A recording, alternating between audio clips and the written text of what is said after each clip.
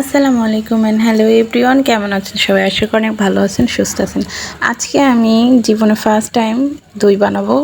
এটা আমি কখনোই বানাই নাই। তো যেহেতু এই দুধটা আমার শ্বশুরবাড়ির থেকে পাঠানো হয়েছিল, এই দুধটা একবারে পিওর খাঁটি দুধ, উপরতে একবারে সরের মতনই পড়ে যায়, ঠিক আছে বলতে গেলে। আর যখন জাল দিই তখন একবারে ঘিয়া ঘিয়া একটা কালার চলে আসে এক পলকেই। তো ভাবলাম যেহেতু দুধ ঘরে আছে, তাহলে আমি একটু দই বানানোর ট্রাই করি। তো এইখানে আমি ইউটিউব দেখে দেখছিলাম যে যদি 2 কাপ দুধ দিই 4 কাপ পানি দেওয়া লাগবে। তো আমি আবার এত পানি দিতে চাই নাই, যেহেতু আমার হাতে একটু সময় কম ছিল আর চুলাতে গ্যাসও এত ছিল না। তো এর জন্য আমি 2 কাপ দুধ দিছি আর হচ্ছে 1.5 কাপ পানি দিছি। দেওয়ার পর আমি এই যে চুলার পরে দিয়ে দিছি। আর এই যে দেখেন দুধটা একবারে বলক উঠে গেছে আর কি সুন্দর একটা ঘিয়া ঘিয়া কালার আসছে। তারপরেও আমি একটু কালারফুল করার জন্য আমি একটু মানে চিনির যে শিরা না, এটা হচ্ছে ক্যারামেলটা করতে চাচ্ছিলাম। তো আমার হাজব্যান্ড আমাকে কি চিনি এনে দিছিল, লাল লাল চিনি, এটা আমি আসলে জানি না, হইতে পারে আখের চিনি, ঠিক আছে।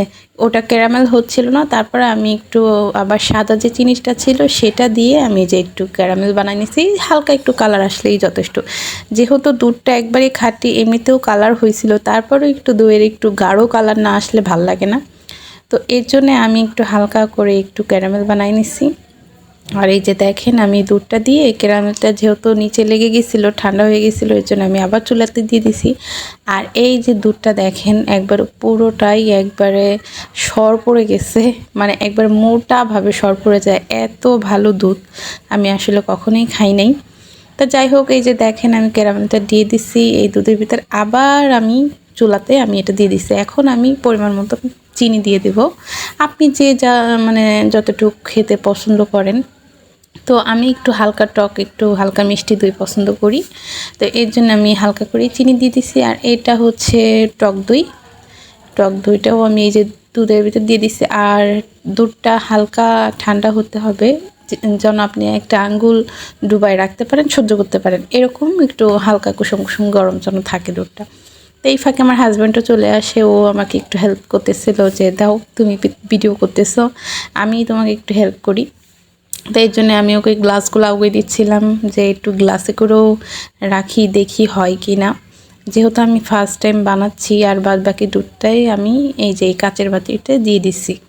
তারপর হচ্ছে আমি একটা বলের ভিতরে কম্বল পেতে এই সবগুলো সাজিয়ে উপরে আমি আরও একটা বল দিয়ে দিছি, যেহেতু প্রচণ্ড গরম পড়ছে, তো এত কিছু দেওয়ার দরকার নাই। তো আমি একটা কম্বল দিয়েই আমি জাস্ট সবগুলোকে রেখে দিছি।